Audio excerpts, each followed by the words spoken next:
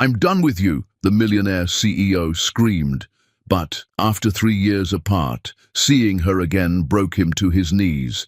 "Hi, my beautiful and loyal family. Welcome back to your own family channel, Mr. Peter Family. May the Almighty clothe every woman in unshakable courage, quiet miracles, and a peace that cannot be stolen. May every long night turn into dawn, every burden into breakthrough, and every hidden ache into a testimony of strength. You are the warmth in cold seasons, the voice that steadies the trembling, and the heartbeat that keeps families whole. May your path shine with hope, may your spirit stay unbroken, and may your smile return brighter after every storm. My precious family, don't fall silent tonight. Your presence is the heartbeat of this home. A like is a touch of faith, a comment is a flame of unity. This is Mission 1000 likes. For every woman who endures, who believes, who rises again. If your heart still carries love, like this video. If your soul walks with faith, comment, "I'm with Mr. Peter. I'm sick of you." The words tore from Ben Foster's throat like shrapnel, each syllable designed to wound. The charity gala fell silent around them. Crystal chandeliers glittered overhead, casting fractured light across faces turned toward the spectacle. Deandra Dotton stood frozen in her emerald dress, the one Ben had insisted she wear, the one he'd said made her beautiful. Now his face twisted with disgust as he stared at her like she was something rotten. "Meeting with Gerald Henderson? Taking payoffs from my competitors?" Ben's voice carried across the marble ballroom, bouncing off gilded walls. "Did you think I was too stupid to find out? Did you think I'd never discover what you really are?" Deandra's hand moved instinctively to her stomach, where a 2-month secret grew, twins the doctor had confirmed yesterday. She'd planned to tell him tonight after dinner in the quiet of their bedroom, where she could watch joy transform his face. That would never happen now. "Ben, please listen to me." Her voice stayed steady, despite the trembling in her legs. "I never took anything from anyone. Gerald approached me at a coffee shop and offered me money to convince you to sell your shares. I refused immediately and told him I would never betray you. I was going to tell you about it after your board presentation because I didn't want to add stress when you were already dealing with so much." Convenient excuse. Ben laughed, harsh and unfamiliar. This wasn't her Ben, the man who brought her coffee in bed, who rubbed her feet after long days, who whispered poetry against her skin in darkness. This was a stranger wearing his face. "You didn't want to add stress? You are the stress, Deandra. Every board meeting they question why I'm with someone from your background. My investors whisper about gold diggers. My mother has to constantly defend me." Background.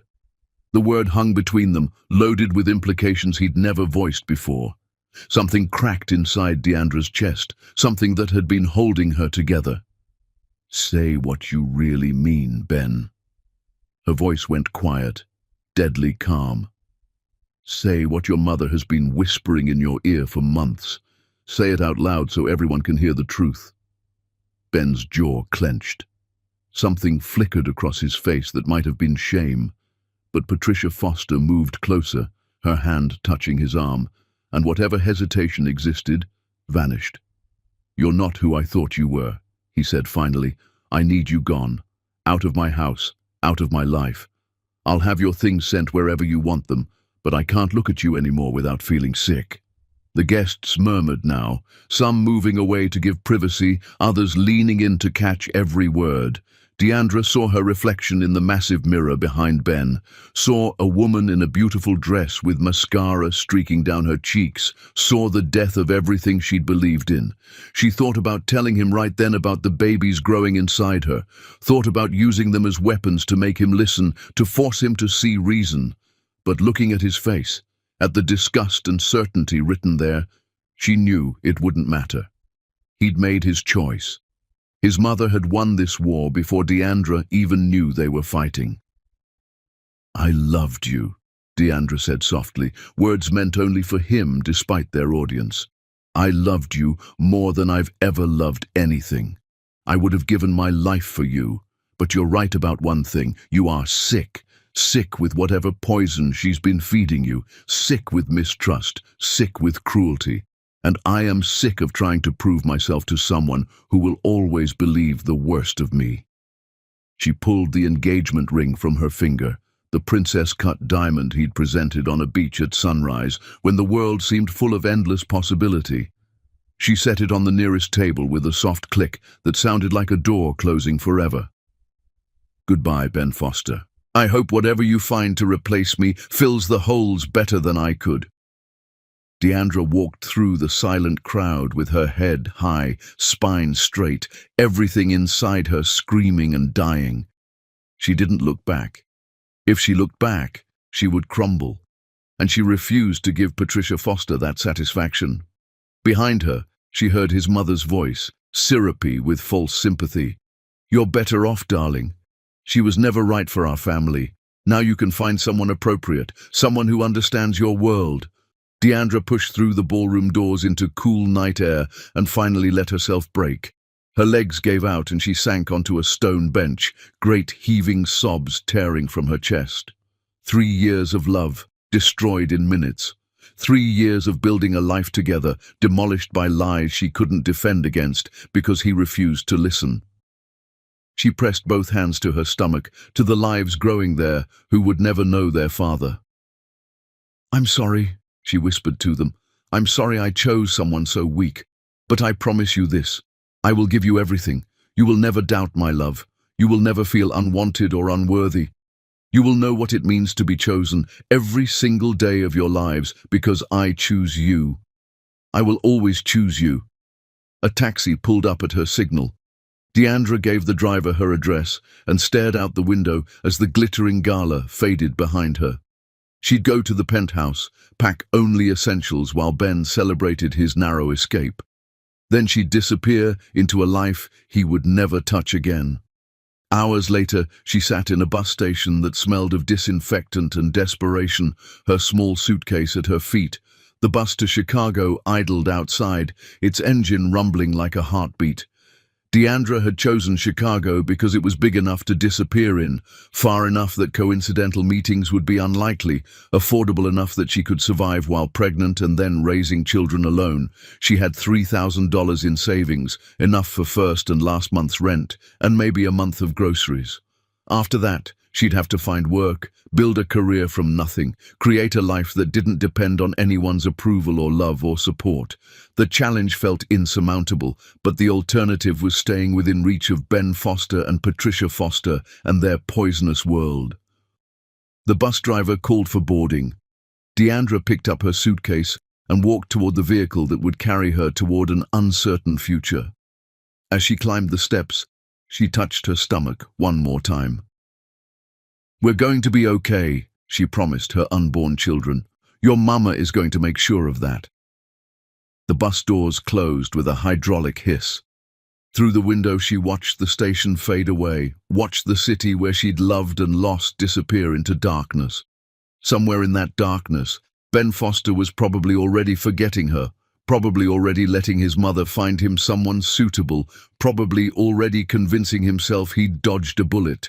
He would never know what he'd lost tonight. He would never know about the children who would grow up without him. He would never know that Deandra Dottin's love, once destroyed, could never be resurrected. The bus rolled onto the highway, carrying her toward Chicago, toward survival, toward a life built on the ashes of everything she'd believed in. Deandra closed her eyes and let the tears fall freely now that no one was watching. Tomorrow she would be strong. Tomorrow she would start building.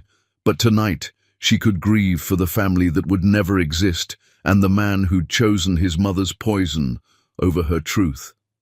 Chapter 2. Separate survival.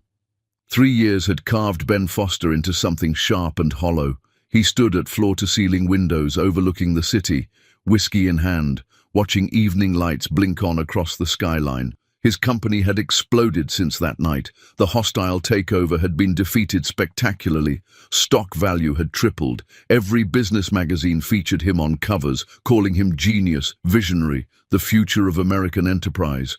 He'd acquired 12 companies, expanded into international markets, built an empire that made his father's legacy look like a lemonade stand. None of it filled the emptiness inside him. Success tasted like ash. Victory felt like defeat. Every accomplishment rang hollow because the one person he'd wanted to share them with was gone, and he'd driven her away with his own hands. "Ben, darling, I've arranged dinner with the Carmichael family tonight." Patricia Foster entered the living room, heels clicking on marble. She'd moved into the penthouse 6 months after Deandra left, claiming she wanted to support him through his difficult time. She'd never left, gradually taking over his life again, managing his social calendar, vetting every woman who approached him. Their daughter Stephanie just returned from studying abroad. Lovely girl, very accomplished. Her family owns half the pharmaceutical industry. Ben didn't turn from the window. "Cancel it. You can't keep wallowing in this melancholy. It's been 3 years. That woman is gone, and thank goodness for that. You need to move forward, build a proper family with someone suitable." Patricia moved closer, her reflection appearing in glass beside his. "She was never going to give you the life you deserved." Ben's hand tightened around his glass. The impulse to throw it, to watch it shatter against pristine walls, surged through him. But he'd learned to keep everything locked down tight, to show nothing, to feel nothing. Feeling led to remembering, and remembering led to the photograph hidden in his nightstand drawer. "I said cancel it." Patricia's mouth pressed into a thin line of disapproval. "You're impossible when you're like this." "Fine. Eat alone again, drink yourself into another stupor. But don't come crying to me when you wake up at 40 and realize you've wasted your best years mourning someone who was using you." She left in a cloud of expensive perfume and judgment. Ben finally turned from the window and walked to his bedroom, to the drawer that held contraband. The photograph showed Deandra at the beach, laughing, hair wild in wind, eyes bright with joy and trust he'd destroyed. He'd taken this the day after proposing. She'd looked at him like he hung the moon, like he was everything good in the world. He put the photo back and locked the drawer, then locked his heart, preparing for another day of pretending success satisfied him. Meanwhile, across the country in Chicago, Deandra Dottin was learning that survival required becoming someone entirely new. The apartment was small but clean, filled with toys and crayon drawings and the beautiful chaos of 3-year-old twins. Harry and Rosie were hurricane forces contained in tiny bodies, with Ben's dark eyes and Deandra's warm skin, with questions that never stopped and energy that exhausted her daily. "Mama, when is Daddy coming home?" Rosie asked from the floor, where she was building a block tower taller than herself. Deandra looked up from her laptop, where she'd been reviewing financial reports for a client. She worked as an independent consultant now, taking contracts she could complete from home while raising her children alone. Money was tight but sufficient. She'd learned to stretch every dollar, to find joy in simple things, to build a life from scraps of dignity and fierce determination. "Your daddy had to go away for work, baby, but he loves you very much." The lie tasted bitter, worn smooth from repetition. How did you explain to 3-year-olds that their father didn't know they existed? That their grandmother had poisoned him so thoroughly he'd thrown away everything without a second thought? "Does he look like me?" Harry asked, abandoning toy cars to climb into Deandra's lap. "Do I have his eyes?" "You do, baby. You have his eyes and his stubborn chin." Deandra kissed the top of his head, breathing in baby shampoo and innocence. She'd given them pieces of their father through stories, creating a narrative where he was a good man, who'd had to leave for important reasons, who loved them but couldn't visit. Better that than the truth, that he'd rejected their mother so viciously she'd fled rather than tell him about them. "Will he come visit us?" Rosie's voice held hope that broke Deandra's heart. "Someday, maybe. But right now we have each other, and that's enough. Right?" Both children nodded, but Deandra felt their disappointment like a physical weight. They saw other kids with fathers at the park, heard other children talk about daddies, felt the absence like a missing limb. After she'd put the twins to bed, after reading 3 stories and singing 2 songs and promising yes tomorrow they could have pancakes. Deandra sat alone in darkness and let herself feel the weight of it all. 3 years of single motherhood had carved her into someone unrecognizable. She'd lost the softness Ben had loved, the easy trust, the openness that made her vulnerable.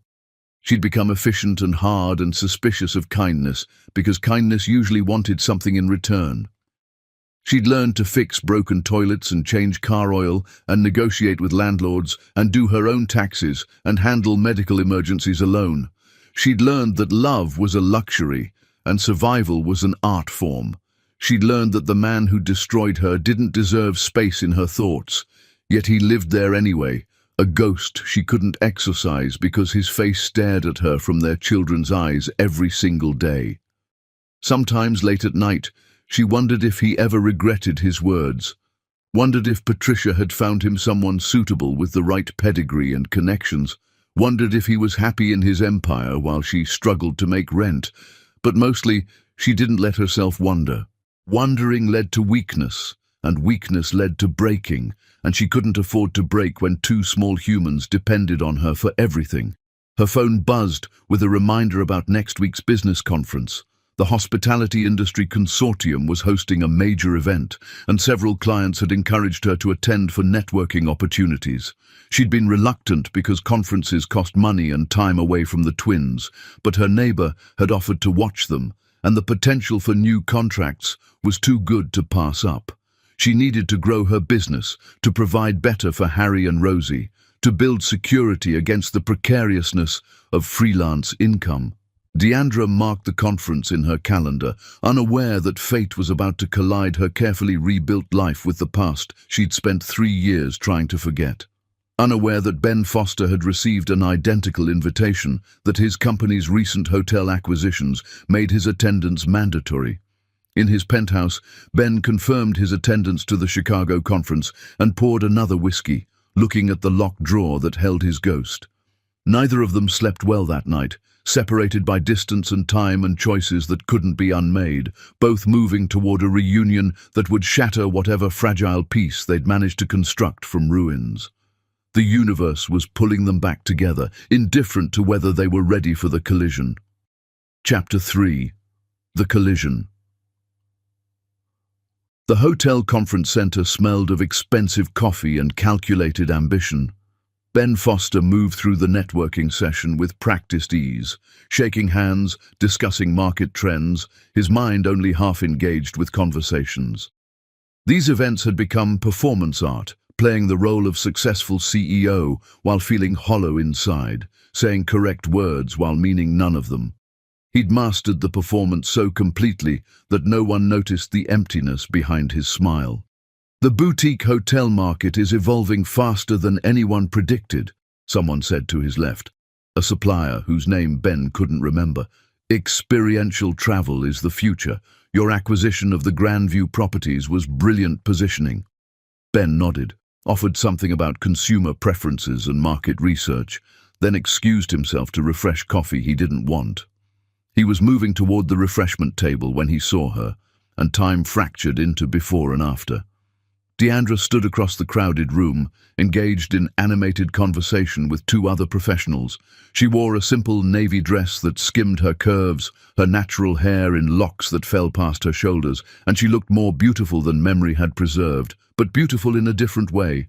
Harder somehow, like something precious that had survived fire and emerged as steel instead of gold. She laughed at something someone said, her hand gesturing expressively, and Ben felt 3 years collapse into nothing. All the carefully constructed walls around her memory crumbled instantly, leaving him standing in a conference room with his heart pounding like he'd run a marathon. Everything he'd buried, all the grief and regret and love he'd tried to kill, surged back with devastating force. Then she turned her head, scanning the room, and their eyes met across the distance. The laughter died on her face. Color drained from her cheeks. She went absolutely still, a deer caught in headlights, and Ben saw recognition followed immediately by something that looked like panic or maybe rage. He started moving toward her before conscious thought caught up with instinct. People parted around him, probably reading intensity on his face and deciding to stay clear. Deandra said something quick to her companions and turned, walking rapidly toward the hallway exit, her pace just short of running. "Deandra!" His voice carried above ambient noise. Heads turned. She walked faster, heels clicking urgently on tile. Ben caught up with her in the corridor outside the ballroom, his hand reaching for her arm. She yanked away from his touch like it burned, spinning to face him with eyes that held no warmth, no recognition of what they'd once meant to each other. "Don't touch me." Her voice was ice, absolute zero, colder than anything in nature. This wasn't the woman who used to curl into his side while watching movies, who used to trace patterns on his chest while they talked about futures. This woman looked at him like he was dangerous, like he was something to be avoided at all costs, like he was nothing. "Deandra, please, I just want to talk." Ben held up his hands in surrender, trying to appear non-threatening, even as his pulse raced. "It's been 3 years. Can we just talk for 5 minutes, please? We have nothing to discuss." She crossed her arms over her chest, defensive body language that spoke volumes. "You made yourself very clear at that gala. You were sick of me, remember? Sick of looking at me. Well, congratulations. You got exactly what you wanted. Now let me get back to my work. I was wrong." The words rushed out, desperate and raw. "I was so completely wrong about everything. My mother lied about you. She manipulated the entire situation. I found out later that she paid people to set you up, to make it look like you were meeting with Gerald deliberately. Deandra, I'm so sorry. I should have trusted you. I should have listened instead of believing lies." Something flickered across her face, might have been vindication or might have been pain, but it disappeared quickly, replaced by that impenetrable coldness that was somehow worse than hatred, because it suggested he didn't matter enough to hate. "You're right. You should have trusted me. You should have known me well enough to realize I would never betray you, but you didn't. When it came down to choosing between believing in me and believing your mother's poison, you chose her. You chose lies over truth, suspicion over trust, convenience over love."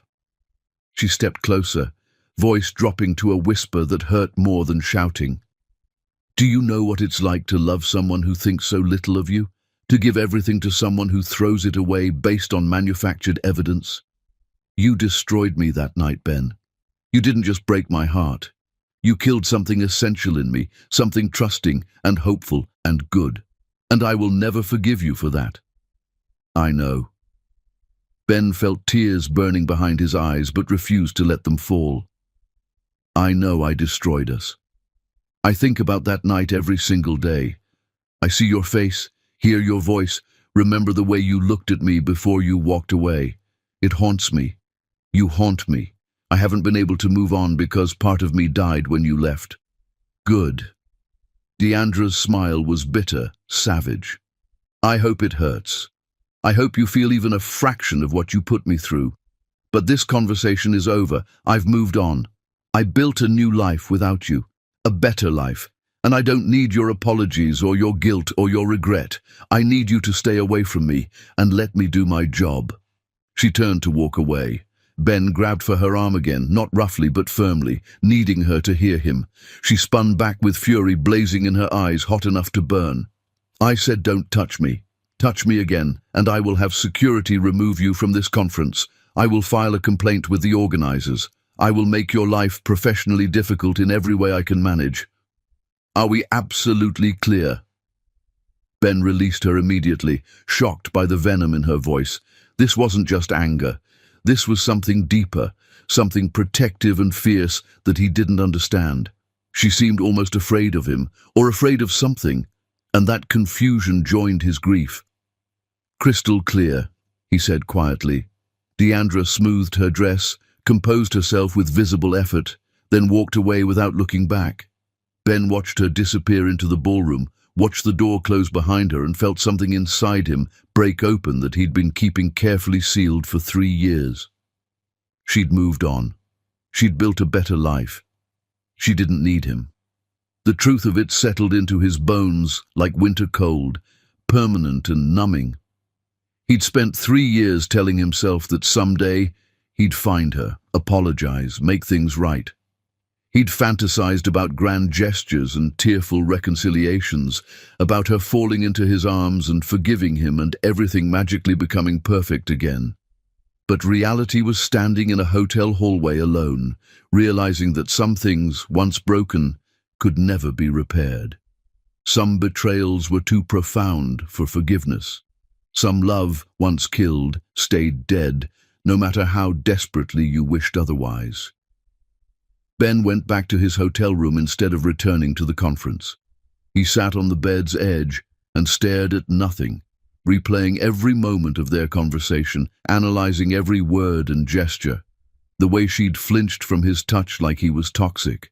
The way her eyes had gone dead when she looked at him, like he was nothing, less than nothing. The absolute certainty in her voice when she said she'd moved on and didn't need anything from him. He'd thought losing her 3 years ago was the worst pain possible. But this was worse. This was seeing her alive and thriving and completely beyond his reach, not because of distance or circumstance, but because he'd poisoned her love so thoroughly that not even its ghost remained. This was understanding that he'd destroyed something irreplaceable and would spend the rest of his life paying for that destruction. His phone rang. Patricia calling, probably wondering how the conference was going, probably ready with comments about networking opportunities. Ben sent it to voicemail and lay back on the bed staring at the ceiling, wondering how you survived when you'd destroyed the only thing that ever mattered. Chapter 4. The Unraveling. Ben Foster had built his empire on rational decision-making, on analyzing data and making choices based on facts rather than emotion. But rationality had abandoned him the moment he saw Deandra in that conference room, and now he was doing something completely irrational. He was following her. Not stalking, he told himself, just trying to understand her life, to see where she went, what she did, how she'd survived without him. The conference had 2 more days, and he'd spotted her twice more, always maintaining distance after their hostile hallway encounter. But this evening, when sessions ended, he watched her leave the hotel and followed at a careful distance as she walked 3 blocks to a small restaurant. She sat alone at a corner table, pulled out her laptop, and began working while eating a modest dinner. Ben watched from outside through the window, seeing the focus on her face, the way she'd occasionally paused to rub her temples like she was exhausted.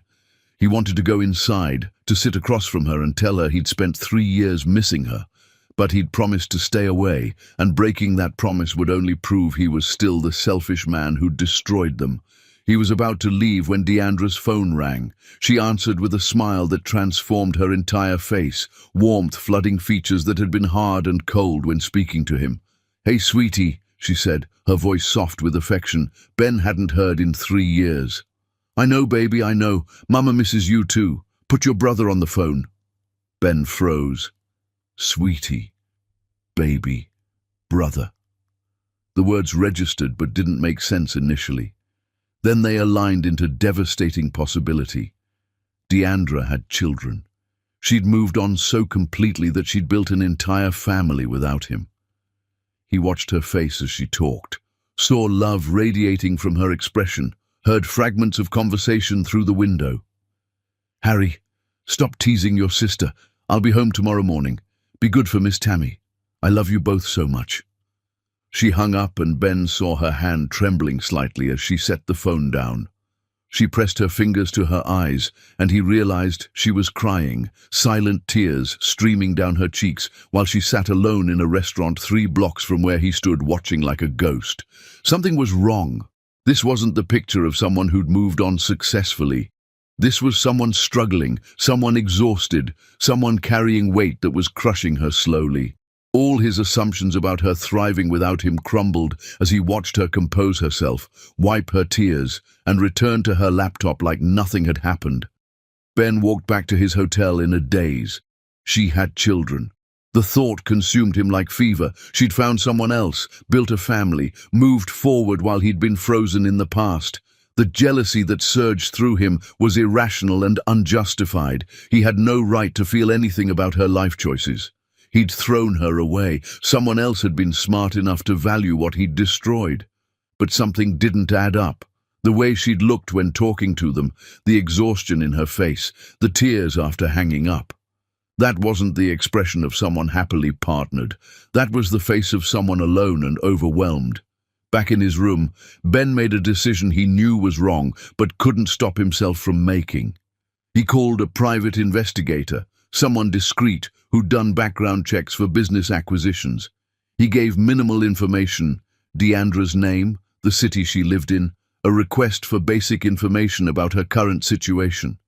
"I just need to know if she's okay," Ben said during their conversation. "Not detailed surveillance, just general information about her life circumstances. I'm not trying to intrude, I just need to understand if she needs help." The investigator agreed, and Ben wired the retainer, then spent another sleepless night imagining scenarios. Maybe she was married with stepchildren. Maybe she was divorced and struggling with custody. Maybe the children were siblings she was raising after some family tragedy. His mind spun through possibilities, none of them quite fitting what he'd witnessed. The next morning, back at the conference, Ben couldn't stop looking for her. She was scheduled to speak on a panel about financial consulting, and he positioned himself in the back of the room to watch without being obvious. She was brilliant, confident and articulate, handling complex questions with ease, making the audience laugh with well-timed observations about industry trends. This was Deandra fully realized, the professional woman who'd built a career from nothing, who commanded respect in rooms full of people who probably had no idea what she'd overcome to be standing on that stage. Pride swelled in his chest alongside grief. She'd done this without him. She'd become this powerful, self-assured person while he'd been drowning in whiskey and regret and his mother's toxic approval. When the panel ended, Ben didn't try to approach her. He'd learned that lesson. But he watched her network, saw her exchange business cards, noticed the way she held herself with confidence that hadn't existed 3 years ago. Pain and survival had forged her into steel, and while he grieved for the soft warmth she'd lost, he had to admire the strength she'd gained.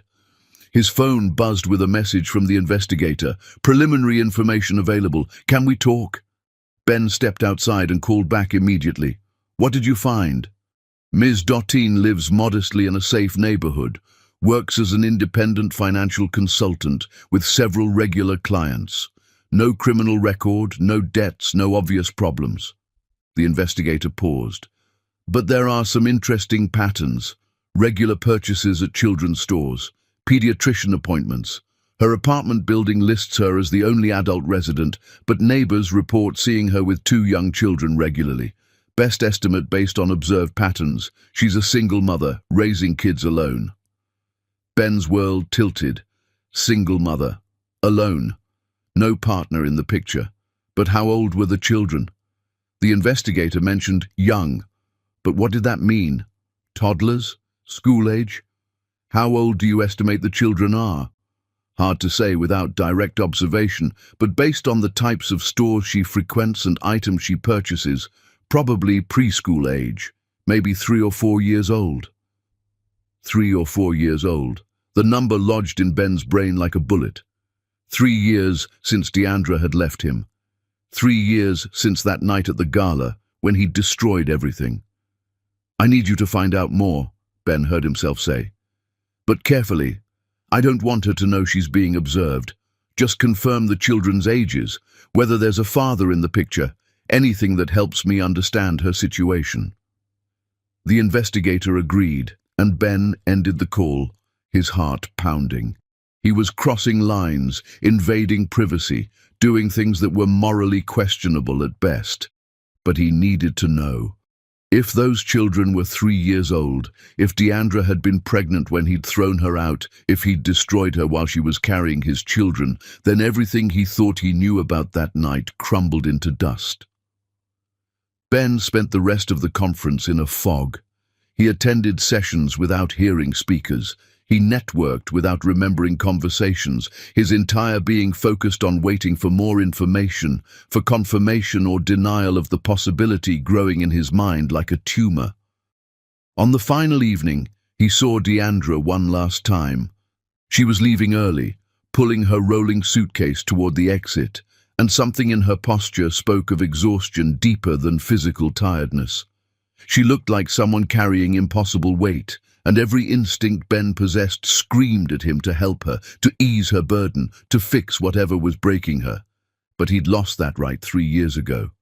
He watched her disappear through the hotel doors, watched her climb into a taxi that would take her back to her life and her children and her carefully constructed world that didn't include him. His phone buzzed. The investigator again. Ben answered immediately. "I have confirmation.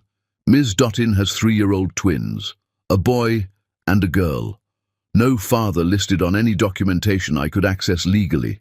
She's been raising them alone since birth, based on medical records I obtained through appropriate channels.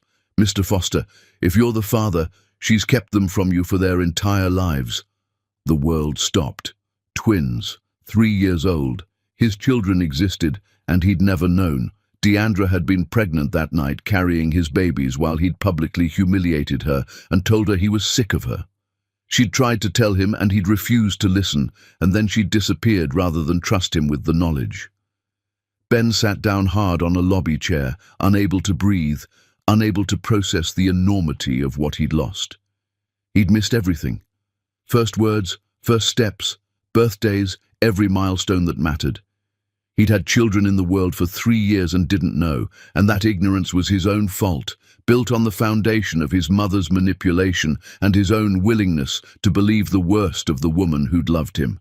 He had to find them, had to see them, had to confirm with his own eyes that these children existed, that he was a father, that everything had just changed in ways he couldn't yet comprehend. Ben cancelled his return flight and rented a car, following the address the investigator had provided. He had no plan beyond seeing where they lived, beyond making this revelation real instead of just information on a phone screen. Tomorrow, his life would change forever.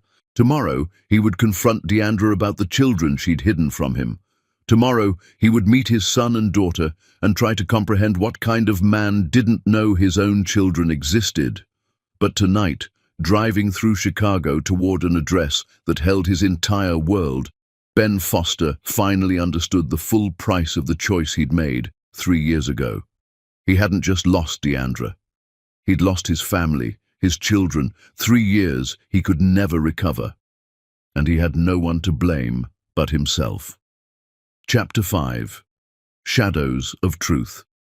The apartment building sat in a neighborhood that was safe, but clearly not affluent, surrounded by similar structures that spoke of working families and modest dreams. Ben sat in his rental car across the street, staring at the address the investigator had provided, trying to summon courage he didn't possess. What was he doing here? What right did he have to insert himself into their lives after missing 3 years? The questions circled his mind like vultures, but underneath them ran a deeper truth. Those were his children, and he needed to see them, even if just from a distance. Morning sun climbed higher. Ben watched residents leave for work, children heading to school with backpacks, normal life unfolding around him. Then, at 8:30, the building's main door opened, and Deandra emerged with 2 small children. Ben's breath caught. The twins held her hands, one on each side, small figures in bright jackets. Even from across the street, even without seeing their faces clearly, he could tell they looked like him. The boy had his build, his way of moving. The girl had something in her posture that reminded him of his sister as a child. They were his. Biology sang recognition even at this distance. Deandra walked them toward the playground attached to the building complex. Ben watched as she helped them onto swings, pushed them gently, her face transformed with love so pure it hurt to witness. This was the Deandra he remembered, all the warmth and joy he'd loved, but directed entirely at the children he'd never known existed. She laughed at something the boy said, kissed the girl's head when she asked for help with the slide. They were a family, complete without him. The realization was devastating. He'd imagined inserting himself into their lives, but watching this scene, he understood how profoundly he would be disrupting something beautiful and functional. They didn't need him. Deandra had built something perfect without his involvement, but they were his children. That truth overrode every rational thought. He had rights, didn't he? Legal rights, parental rights, the right to know his own son and daughter. The internal argument raged while he watched them play. After an hour, they went back inside. Ben sat in his car another 2 hours, paralyzed by indecision. Finally, he forced himself to move. He couldn't sit here forever. He had to confront Deandra, had to demand answers, had to understand why she'd kept this secret for 3 years. Ben drove back to his hotel and called his lawyer. Lawrence Brennan answered on the second ring. "I need legal advice about a situation." Ben explained everything: the gala, Deandra's disappearance, the discovery that she'd been pregnant, the twins he'd never known about. "What are my rights here? Can she just keep them from me indefinitely?" Lawrence was quiet for a long moment.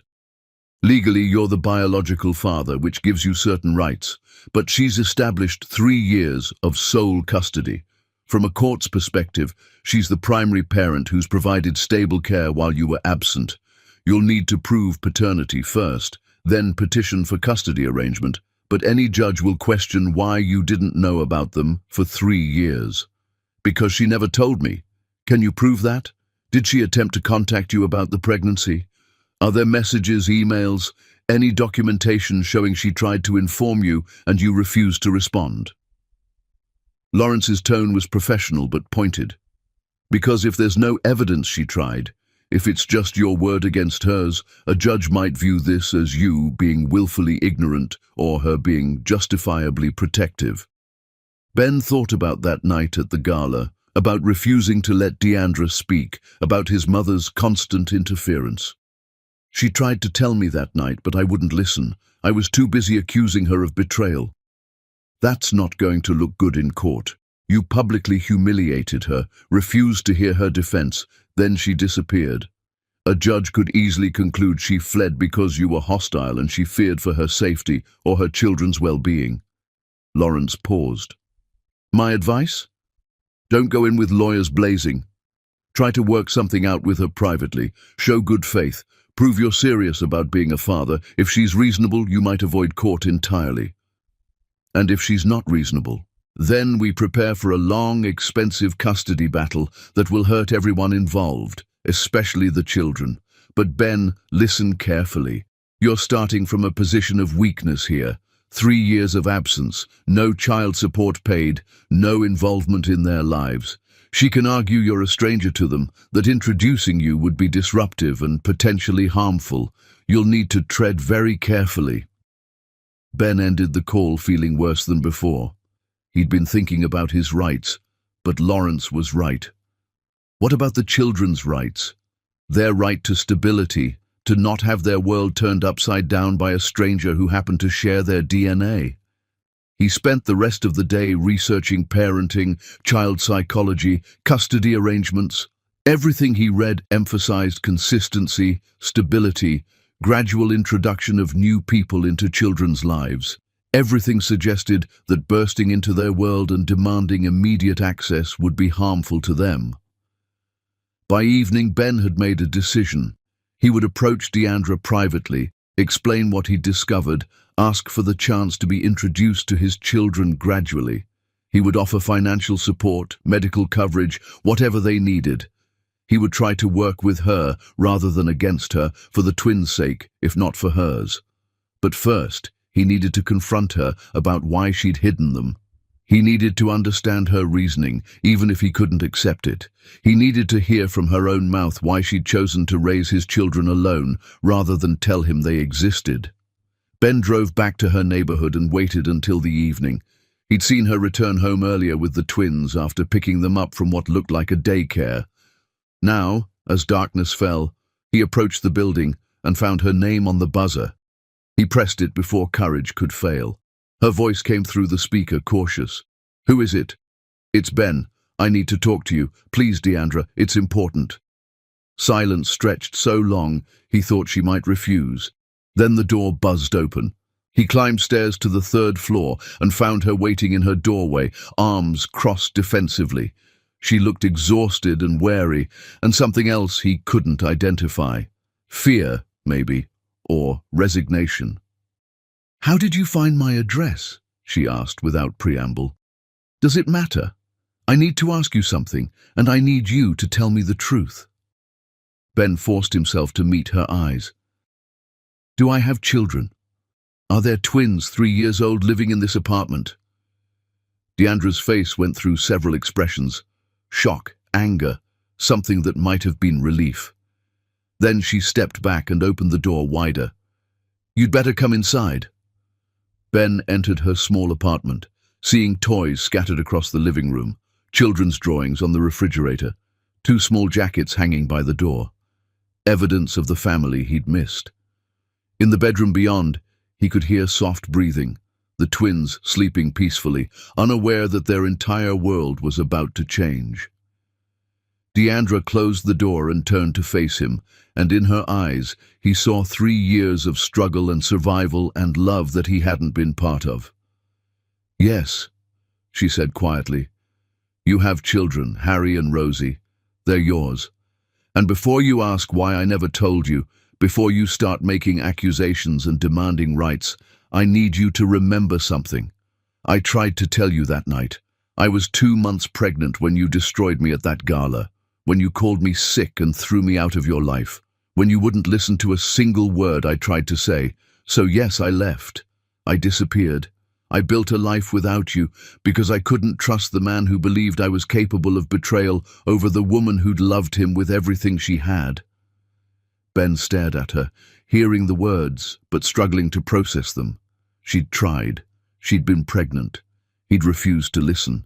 Every piece of this disaster traced back to his own choices, his own willingness to believe his mother's lies, his own failure to trust the woman he'd claimed to love. I need to meet them, he said, his voice rough with emotion. I need to know my children. I know you do. That's why I let you in. Deandra sat on her worn sofa, suddenly looking older than her years. But this happens on my terms, at my pace, in ways that protect them from being hurt. You understand? You don't get to storm into their lives and play daddy for a while before disappearing again. Either you're all in, committed for the long term, or you stay away completely. I'm all in. Whatever it takes, whatever you need, I'm there. We'll see. Deandra's expression was skeptical, guarded, built on 3 years of doing everything alone. Tomorrow you can meet them, briefly. We'll tell them you're a friend of mine. Then, if you prove consistent, if you show up when you say you will, if you put their needs first, we'll gradually tell them the truth. But Ben, if you hurt them the way you hurt me, I will take them somewhere you'll never find us. Are we clear? Crystal clear. Ben looked toward the bedroom where his children slept, overwhelmed by how much he'd missed and how much he still had to prove. Thank you. Thank you for giving me this chance. I'm not doing it for you. I'm doing it because they deserve to know their father, and you deserve to know them. What happens after that depends entirely on you. Ben nodded and moved toward the door. I'll come back tomorrow, whatever time works for you. 10 o'clock, don't be late. Deandra's voice was firm, but something in her eyes suggested this was as hard for her as for him. Ben left the apartment and sat in his car for a long time, processing everything. Tomorrow he would meet his children. Tomorrow his life would change in ways he couldn't yet imagine. Tomorrow he would begin the long process of earning the right to be called their father. But tonight he had to reckon with the truth of what he'd done and who he'd been. He'd destroyed the woman he loved and driven her away while she carried his children. He'd spent 3 years missing their lives because he'd chosen his mother's poison over Deandra's truth. Some mistakes couldn't be fixed. Some damage was permanent. But if Deandra was willing to give him a chance to know Harry and Rosie, he would take it and hold it like the precious gift it was. He called Patricia from his car. She answered cheerfully, unaware that everything was about to change. Ben, darling, how was Chicago? I'm not coming home yet. I'm staying here for a while. Whatever for? The conference is over. I found out something about Deandra. He paused, gathering courage. She has children, Mother. 3-year-old twins. They're mine. She was pregnant when I threw her out, and I've missed 3 years of their lives. Silence. Then Patricia's voice, carefully controlled. Ben, you can't possibly believe that. She's obviously trying to trap you with someone else's children. You need to demand a paternity test before you commit to anything foolish. I'm going to meet them tomorrow. And yes, we'll do a paternity test eventually. But I've seen them, Mother. They look exactly like me. They're mine, and I'm going to be part of their lives. This is insane. That woman is manipulating you again. Can't you see she's using these children to get access to your money? She didn't tell me about them. I found out on my own. She's been raising them alone for 3 years without asking me for a single dollar. The only person who manipulated anyone is you, when you destroyed my relationship with lies and manufactured evidence. Ben's voice hardened. I'll be in Chicago indefinitely. Don't call me again unless you're ready to admit what you did and apologize. He hung up before she could respond and blocked her number, cutting the cord between Patricia's control and his future. Tomorrow began a new chapter, one where he chose his children over his mother's approval, where he learned to be the father Harry and Rosie deserved. Chapter 6.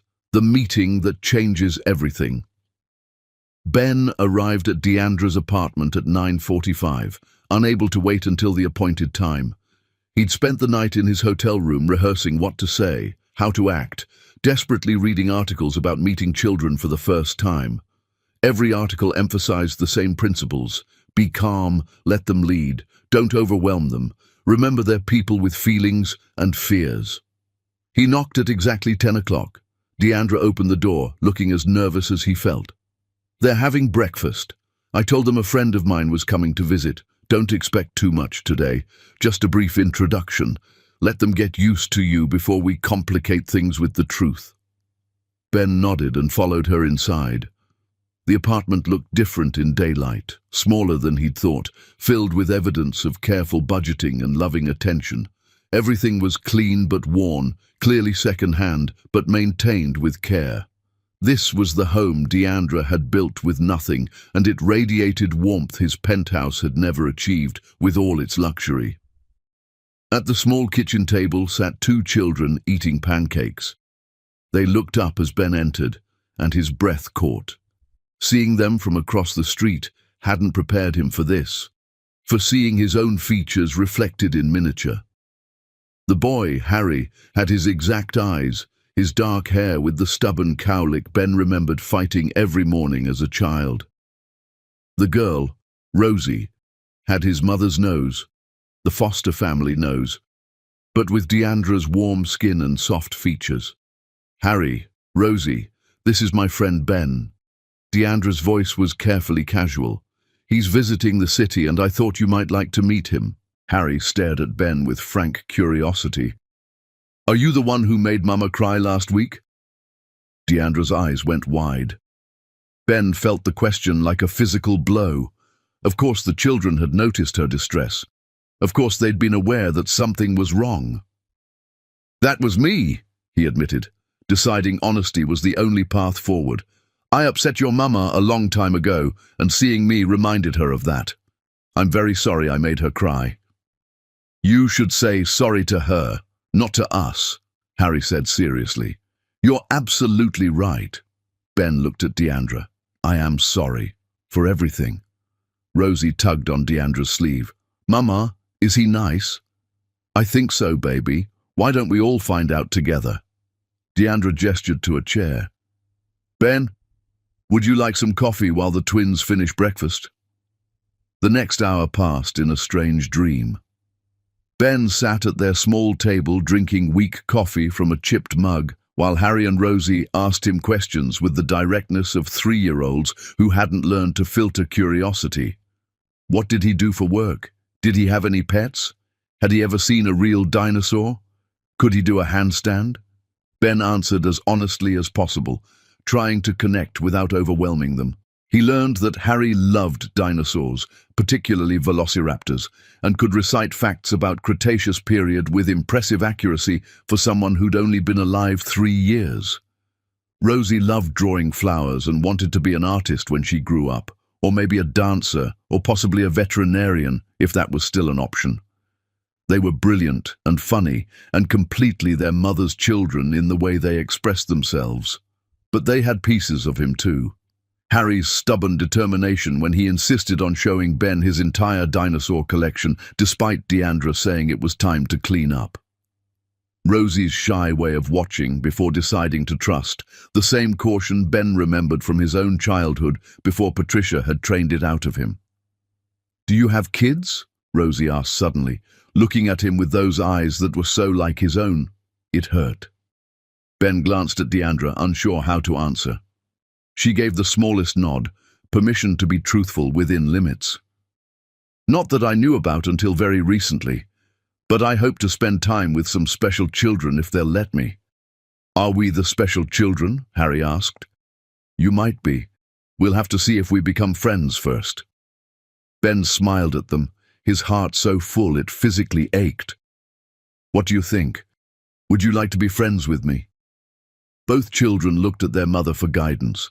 Deandra's expression was complicated, layered with emotions Ben couldn't fully read. Fear and hope and desperate protectiveness all warring across her features. Finally, she nodded. "I think we could try being friends," Harry said seriously. "But you have to be nice to Mama. That's the rule." "That's an excellent rule. I promise I'll be nice to your Mama." "And you can't make her cry again?" Rosie added, her voice firm despite her small size. "I'll do everything I can to make sure that never happens again." The twins seemed satisfied with these promises. They returned to playing, occasionally glancing at Ben to see if he was still there, gradually accepting his presence in their space. Ben watched them with wonder, trying to memorize every detail, every gesture, every expression. After another hour, Deandra suggested it was time for Ben to go.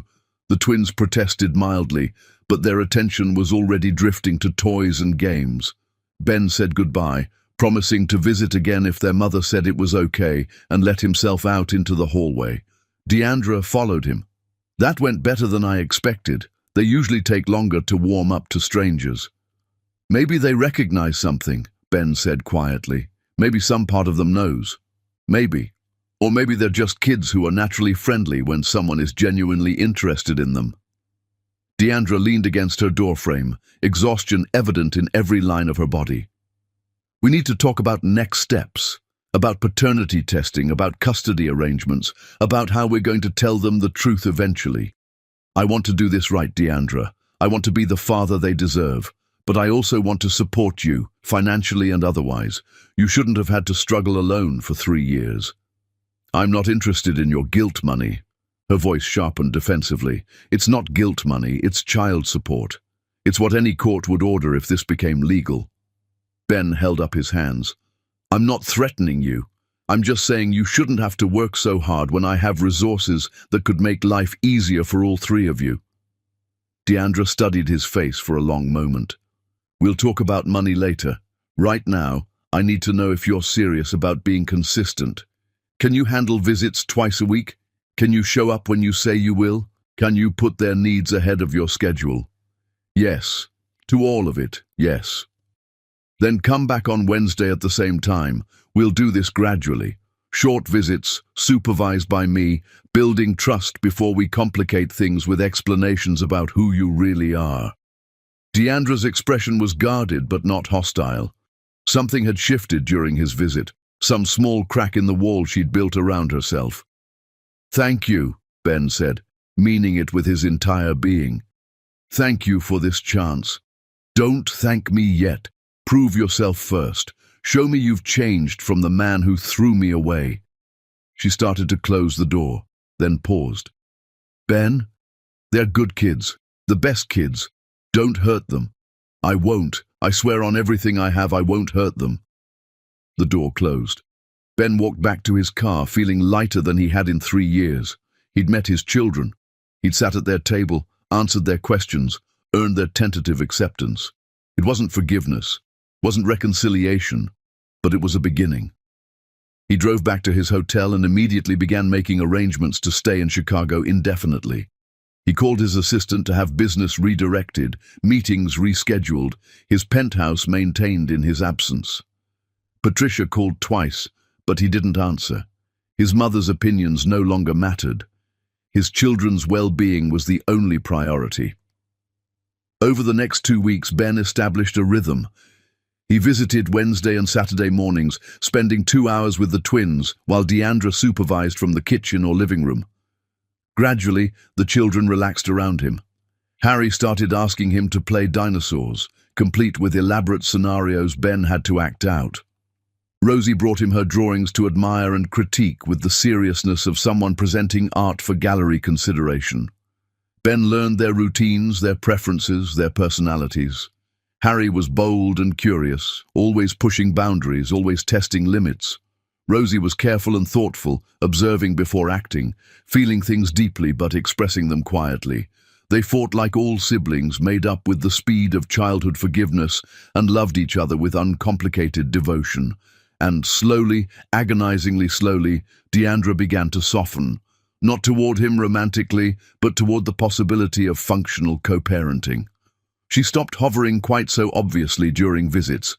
She asked his opinion occasionally about discipline or activities. She accepted his offer to cover the twins' medical insurance without arguing. Then, at the end of the second week, during a visit where Harry was showing Ben a new book about pterodactyls, Rosie asked the question that changed everything. "Ben, why don't you live with us?" The room went silent. Harry looked up from his book. Deandra froze in the kitchen doorway.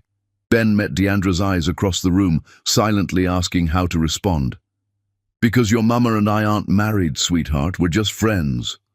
But you're here all the time, and you're really nice, and you make mama smile sometimes."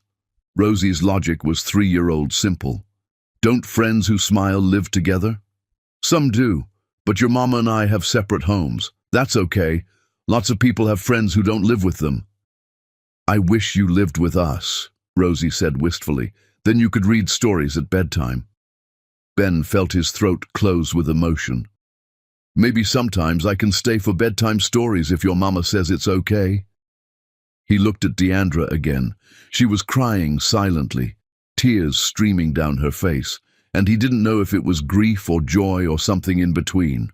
She nodded once, granting permission he hadn't expected. That evening, for the first time, Ben stayed through dinner, through bath time, through bedtime routine. He read stories to both children, kissed their foreheads, told them he'd see them in a few days. When he finally left, Deandra walked him to the door. "This is hard," she said quietly. "Watching you with them, seeing how easily they love you, knowing they have no idea who you really are. We need to tell them soon. The longer we wait, the more complicated it becomes." "I agree. Whenever you're ready, we'll tell them together." Deandra nodded. "Next week, we'll sit them down and explain that you're not just my friend, that you're their father, and then we'll deal with whatever comes after." Ben left that evening knowing the hardest conversation was still ahead. The twins had accepted him as their mother's friend. How would they react to learning he was their father who'd been absent their entire lives? Would they understand? Would they feel betrayed? Would the trust he'd built crumble under the weight of truth? Chapter 7. Revelations and Rage. The conversation Deandra had been dreading arrived on a Wednesday morning. She'd spent days preparing how to explain to 3-year-olds that the nice man who visited them wasn't just a friend, that he was their father who hadn't known they existed until recently, that their family was about to change in ways they couldn't yet understand. Ben arrived exactly on time, as he had for every visit over the past month. His consistency had been absolute, showing up when he said he would, leaving when asked, following Deandra's rules without complaint. The twins ran to greet him as they always did now, comfortable with his presence, happy to see him. Harry immediately demanded they play dinosaurs. Rosie wanted to show him a new drawing she'd made of flowers. "Actually, guys, Mama and Ben need to talk to you about something important first." Deandra's voice was steady despite the anxiety churning in her stomach. "Can you both sit on the couch with us?"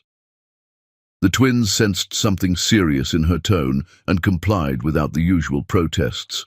They sat between Deandra and Ben, small bodies pressed against the adults who'd created them, waiting with the patient attentiveness children reserve for moments they know matter.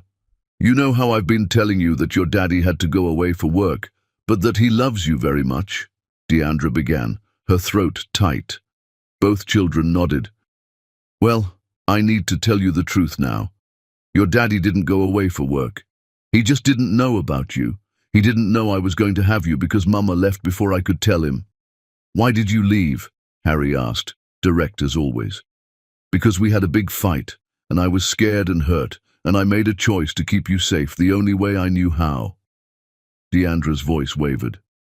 But your daddy found out about you recently, and he's been visiting us because he wants to know you. Rosie looked up at Ben, her face scrunched in confusion. You're our daddy. Yes, sweetheart, I'm your daddy. Ben's voice was rough with emotion. I didn't know you and Harry existed until a few weeks ago, and I'm so sorry I wasn't here for your birthdays and your first steps and everything I missed. But I'm here now, and I want to be your daddy for real if you'll let me. Silence fell over the small living room. The twins looked at each other, having one of those wordless sibling communications that needed no translation. Then Harry spoke. Miss Tammy at daycare has a daddy. He picks her up sometimes and buys her ice cream. Harry's face was serious, considering. If you're our daddy, will you buy us ice cream? Despite the tension, Deandra almost laughed at the 3-year-old logic reducing everything to ice cream economics. Harry, being a daddy is about more than ice cream. But ice cream is important, Harry insisted. Very important, Ben agreed solemnly. And yes, if your mama says it's okay, I will definitely buy you ice cream. But being your daddy means more than that. It means being here when you're sad, helping you when you need it, loving you no matter what happens. Do you love us? Rosie asked, her voice small and uncertain. More than anything in the entire world. I loved you before I even met you, just from knowing you existed. Rosie seemed to consider this carefully. Then she climbed into Ben's lap with the easy trust of a child who'd decided something was settled. Okay, you can be our daddy. Harry nodded agreement and returned to his dinosaur toys, apparently satisfied with the explanation. Children's acceptance was beautiful and terrifying in its simplicity. They'd accepted Ben's presence in their lives with minimal fuss, ready to love him if he proved worthy, willing to trust because their mother was allowing it. But Deandra knew this was just the beginning. The twins were too young to understand the full complexity of what had happened. As they grew older, there would be harder questions. Why didn't you tell him about us sooner? Why did you keep us apart? Did he really want us, or is he just here because he has to be? Those conversations would come, and Deandra would have to answer them honestly, knowing her choices would be judged. After the revelation, life shifted into a new pattern. Ben's visits increased to 4 times a week. He started having the twins overnight at his hotel suite on weekends, returning them Sunday evenings tired but happy. He attended Rosie's dance recital and Harry's preschool dinosaur presentation. He learned their routines so thoroughly that he could execute bedtime without Deandra's guidance. And slowly, agonizingly slowly, something began to heal between Deandra and Ben. Not romantic love that was too damaged to resurrect easily, but a partnership built on their shared love for Harry and Rosie. They communicated daily about the children. They made decisions together. They presented a united front, even when they disagreed privately. Patricia Foster called repeatedly, but Ben never answered. She left voicemails alternating between pleading and accusatory, trying every manipulation technique that had worked in the past. Ben deleted them without listening completely. His mother had lost her power over him the moment he'd held his children for the first time. Then, 6 weeks after Ben had met the twins, Patricia made her move. She hired her own investigator, tracked down Deandra's address, and appeared at the apartment building demanding to meet her grandchildren. The building manager, following Deandra's instructions from when Ben had first shown up, refused her entry and called Deandra immediately. Deandra was at a client meeting when her phone rang. She answered to hear the building manager explaining that an older woman claiming to be the children's grandmother was attempting to gain access to her apartment. I've told her she's not authorized, but she's insisting she has rights. Should I call the police? Yes, call the police and call Ben Foster immediately. His number is on my emergency contact list. Deandra's heart raced as she gathered her things and ran for her car. I'm 10 minutes away. Don't let her near my children." She called Ben while driving, breaking every traffic law to get home faster. "Your mother is at my building trying to force her way to the twins. The manager called the police, but I need you there now." "I'm already on my way. I got a call from the manager too. Don't worry, Deandra. I won't let her near them." Ben's voice was cold, controlled, dangerous in a way she'd never heard before. Deandra arrived to find patrol cars parked outside, lights flashing. Patricia stood on the sidewalk arguing with officers while Ben spoke to them separately, showing documentation on his phone. Deandra ran past them into the building, her only priority reaching Harry and Rosie. The building manager met her in the lobby. "The children are fine. They're with Miss Tammy in your apartment. She's been watching them and they have no idea anything is wrong." Relief weakened Deandra's legs. She climbed the stairs and found the twins playing happily while their elderly neighbor supervised. "Thank you," Deandra breathed. "Thank you so much." "Of course, honey. That woman was frightening, carrying on about her rights and her grandchildren. I'm glad you had instructions in place." After confirming the twins were truly unharmed, Deandra went back downstairs to find Patricia in handcuffs, screaming at Ben about betrayal and ingratitude. Ben stood several feet away, his face carved from stone, speaking to officers in quiet tones. "You're making a terrible mistake," Patricia shrieked at him. "I'm your mother. I have every right to meet my grandchildren. You have zero rights." Ben's voice was ice, absolute and unyielding. "You destroyed my relationship with their mother. You're the reason I missed 3 years of their lives. You think I'm letting you anywhere near them after what you've done?" "I was protecting you from a mistake. Can't you see she was never suitable?" Deandra approached, despite every instinct screaming to stay away. "Mrs. Foster, Ben and I have many problems, and most of them are his fault. But you're the root cause of all of it. You poisoned his mind against me, you manipulated him into destroying our relationship, and you did it because you couldn't stand that he loved someone who didn't meet your prejudice standards. Those children upstairs, they're brilliant and beautiful and perfect, and they will never know you exist." "How dare you speak to me that way?" Patricia hissed. "You trapped my son with those children. You're using them to get access to foster money." "I never told him about them," Deandra said quietly. "He found out on his own. I've raised them alone for 3 years without asking for a single dollar. Everything they have, every comfort they enjoy came from my work and my sacrifice. So don't you dare accuse me of using them for anything." The officers were moving Patricia toward a patrol car. She would be charged with trespassing and potentially harassment depending on what Ben chose to pursue. As they loaded her into the vehicle, she screamed one final warning. "You'll regret this, Ben. You're choosing her over your own family." "No, Mother," Ben called back. "I'm choosing my children over you, and I'll make that choice every single time." The patrol car pulled away. The small crowd that had gathered dispersed. Ben and Deandra stood on the sidewalk, adrenaline slowly fading, processing what had just happened. "I'm getting a restraining order," Ben said. "She's not allowed within 500 feet of you or the twins. If she violates it, she'll be arrested immediately." "Thank you." Deandra's voice shook despite her attempt to stay calm. "Ben, I need you to understand something. If your mother ever gets near my children, if she has any contact with them at all, our arrangement ends. I will take Harry and Rosie somewhere. You'll never find us. I don't care about custody agreements or courts or your rights. I will protect them from her no matter what it costs." "I understand. And I promise you, she'll never get near them. I'll make sure of it legally, and if legal protection fails, I'll handle it personally." Ben's expression was fierce, protective in ways Deandra had never seen from him. "They're my children too. I won't let her poison them the way she poisoned me." Deandra nodded and went back inside, needing to hold her children, needing to confirm they were safe and unaware of the drama unfolding outside. Harry and Rosie barely looked up from their game when she returned, completely oblivious that their grandmother had just been arrested, trying to force her way into their lives. That evening, after the twins were asleep, Deandra sat with Ben in her living room, having the conversation they'd been avoiding. "Your mother is going to keep trying. You know that, right? This won't stop her." "I know, that's why I'm getting a comprehensive restraining order, and I'm doing something else too." Ben pulled out his phone and showed her a document. "I'm removing her from my will entirely. Everything goes to Harry and Rosie, with you as trustee until they're adults. She gets nothing." "Ben, that's extreme." "No, that's appropriate.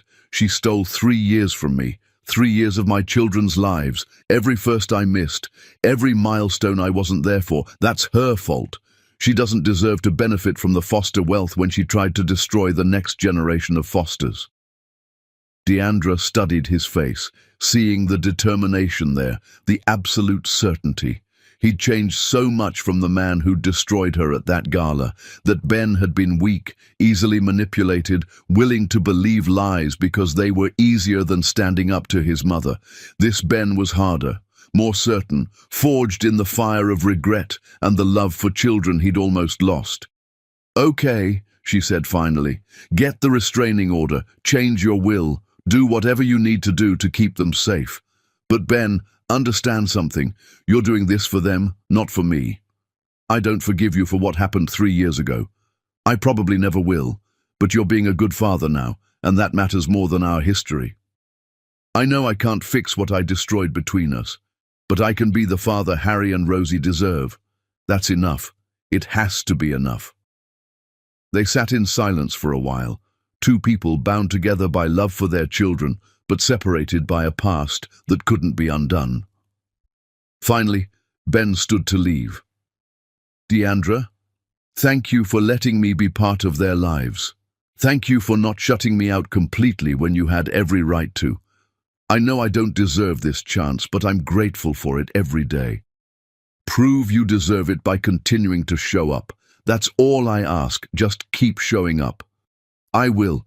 Every day for the rest of my life I will show up for them."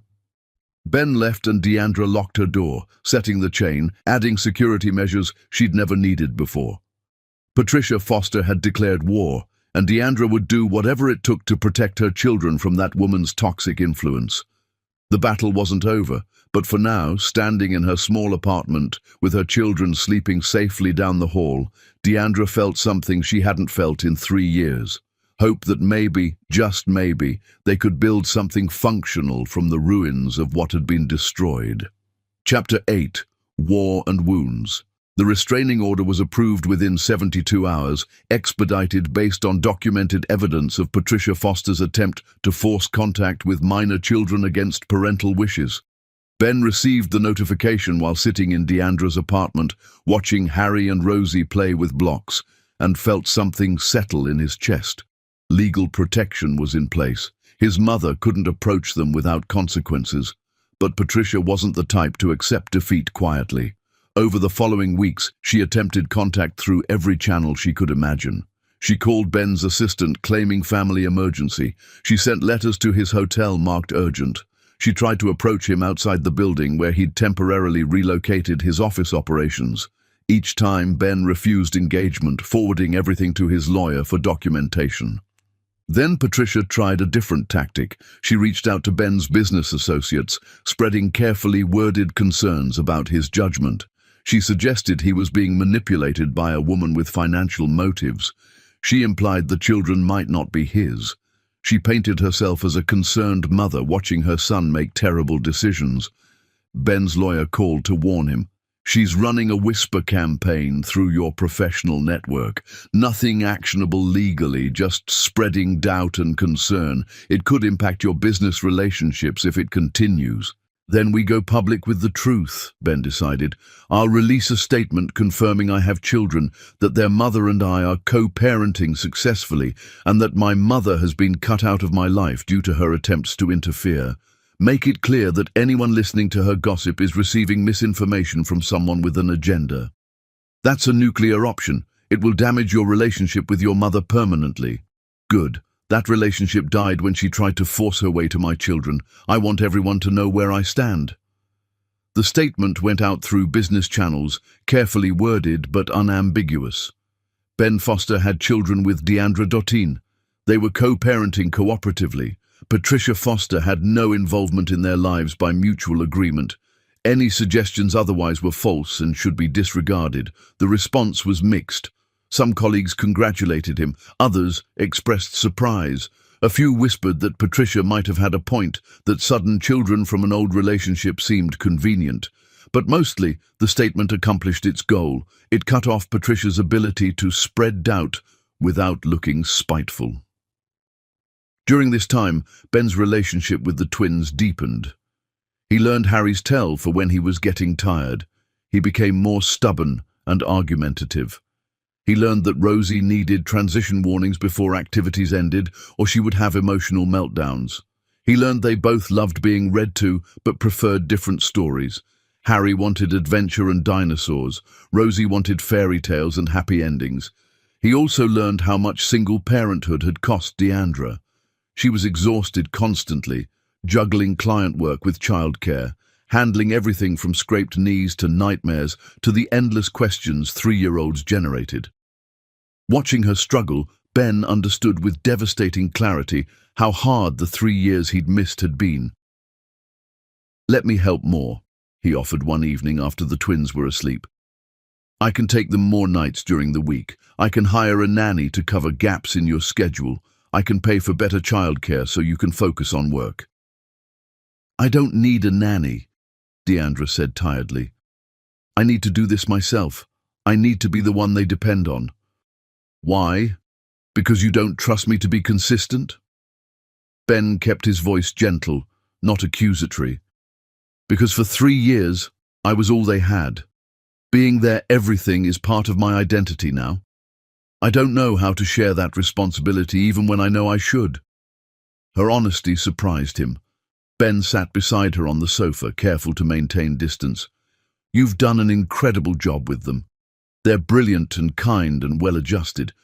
But you're burning out, Deandra. I can see it. Let me help carry the load, not because you're failing, but because parenting shouldn't be something you do alone when there's another parent willing to help."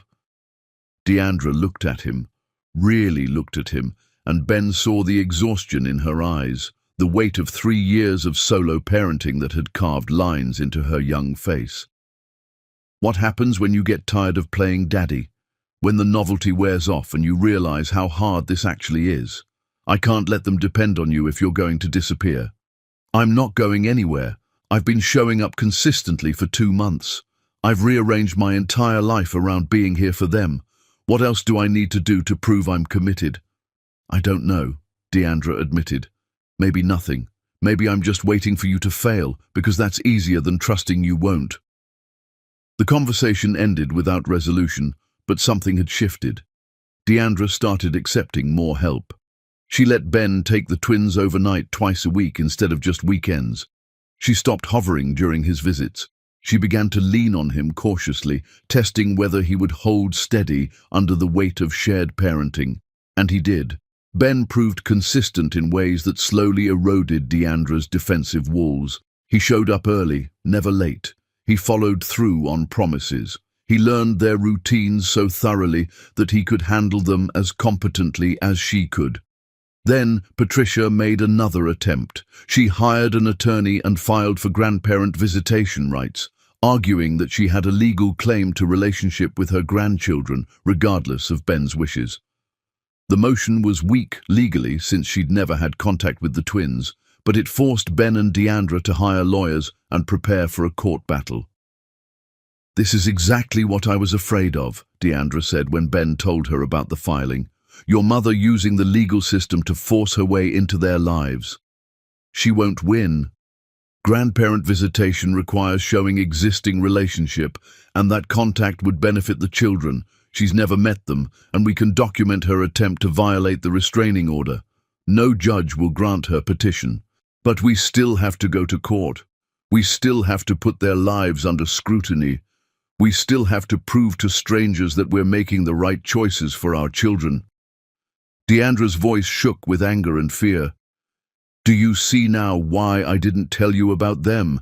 This is what I was trying to avoid, legal battles where our children become pawns."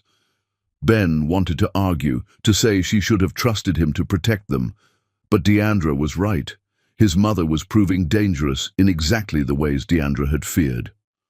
"I'll handle this. I'll make sure she loses so definitively that she never tries again." The court date arrived 3 weeks later. Ben and Deandra sat together with their lawyer, presenting a united front. Patricia's attorney argued she had fundamental rights to know her grandchildren, that denying contact was cruel and harmful to family bonds. Ben's attorney presented evidence of Patricia's manipulation, her violation of the restraining order, her attempts to spread malicious gossip about Deandra, her history of toxic behavior that made her unsuitable for contact with vulnerable children. The judge barely deliberated. "Petition denied. Miss Foster, you have no existing relationship with these children, and substantial evidence suggests your presence would be disruptive rather than beneficial. This court will not grant visitation rights to someone who has already violated a restraining order and attempted to force contact against both parents' wishes. You're ordered to cease all attempts to contact Mr. Foster, Ms. Dottin, or the minor children. Further violations will result in contempt charges." Patricia's face twisted with rage as she was led from the courtroom. She pointed at Ben one final time. "You're making the biggest mistake of your life. She's poisoned, Ben. She'll destroy you and take everything you've built." "You already destroyed it, Mother," Ben said quietly. 3 years ago, when you drove away the only woman I've ever loved and kept me from my children. This is just the consequence of your choices, finally catching up with you." After the hearing, Ben and Deandra stood outside the courthouse in weak sunlight. The victory felt hollow somehow, necessary but painful, like amputating a diseased limb to save the body. "Is it really over?" Deandra asked. "Will she actually stop now?" "If she doesn't, she'll go to jail. Even Patricia isn't that stubborn." But Ben wasn't entirely sure. His mother had surprised him before with the depths she would sink to maintain control. They drove back to Deandra's apartment where Harry and Rosie were being watched by the neighbor. The twins ran to greet them, oblivious to the courtroom drama that had just determined their grandmother would have no place in their lives. "Daddy! Mama, we made cookies!" Rosie held up a slightly burnt cookie with pride. Ben knelt and accepted the cookie like it was the greatest treasure. "This is the best cookie I've ever seen." "Try it," Harry insisted. Ben bit into the cookie that was somehow simultaneously burnt and raw in the middle and smiled like it was delicious. "Perfect. You two are going to be professional bakers." The twins beamed and ran off to play. Deandra watched the interaction with unreadable expression. "You're good with them," she said finally. "Better than I expected you'd be. You're patient and kind and present in ways that matter." "I'm trying. I'm trying to be the father they deserve and the co-parent you need." "I know. And it's working. You're proving yourself every day." Deandra paused, seemed to be deciding something. "I think it's time we formalize custody arrangements. Not because I don't trust you, but because they deserve the security of knowing you're their father legally and permanently." "I agree. Whatever you want to propose, I'll agree to it." They spent the evening drafting an agreement, shared legal custody with Deandra, retaining primary physical custody, Ben having the twins alternate weekends and 2 evenings per week, holidays split fairly, child support set at a reasonable amount that would actually support the children's needs, medical decisions made jointly, educational decisions requiring both parents' approval. It was functional and fair, built on 2 months of proving they could co-parent effectively despite their history. Looking at the agreement, Ben felt something he hadn't felt since the night he'd destroyed them. Hope that they could build something good from the ruins. "Thank you," he said as they finished. "Thank you for giving me this chance to be their father. You've earned it. You've shown up consistently, put them first, protected them from your mother. You've proven you're different from the man who threw me away." Deandra's expression softened slightly. "I'm not saying I forgive you for what happened 3 years ago, but I can work with you now. We can be partners in raising them. That's enough." It wasn't enough for Ben, who still loved her desperately, who wanted to repair everything he'd broken, but it was infinitely more than he deserved, and he'd take it gratefully. Over the following weeks, the new arrangement settled into routine. Ben took the twins every Wednesday evening and alternate weekends. He set up a proper bedroom in his hotel suite for them, filled with toys and books and everything they needed. He learned to cook simple meals they would eat. He mastered bath time and bedtime stories and the delicate negotiation of getting 3-year-olds to brush their teeth. And slowly, almost imperceptibly, he and Deandra became friends again. Not romantic partners, not yet, maybe never, but people who could talk about their children, share funny stories, commiserate about parenting challenges, support each other through difficult moments. Ben was learning that love took many forms. His love for Harry and Rosie was uncomplicated and pure, the kind of love that would walk through fire for them. His love for Deandra was more complex, layered with regret and hope, and the understanding that some damage couldn't be fully repaired. But maybe repair wasn't the point. Maybe the point was learning to build something new on the foundation of what had been destroyed, something functional if not perfect, something that served their children's needs, even if it didn't satisfy every adult longing. As Ben tucked Harry and Rosie into bed one evening, listening to their breathing even out into sleep, he understood that this was enough. Being their father, being present, being the person they could depend on, that was enough. Even if he'd lost Deandra forever in the process of finding them. Chapter 9. The Price of the Past. 3 months after the custody arrangement was formalized, Ben Foster sat in his hotel suite reviewing acquisition documents while Harry and Rosie watched cartoons on the sofa.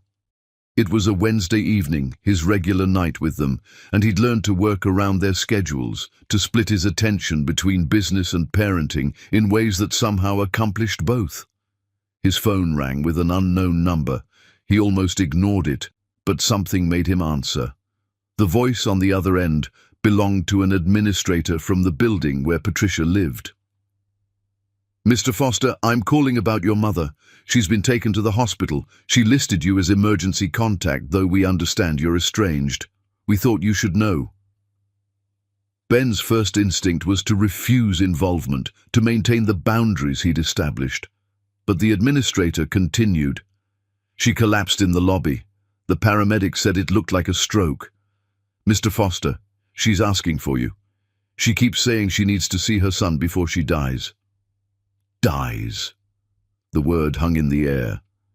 Ben looked at his children, innocent and oblivious, and tried to process his feelings.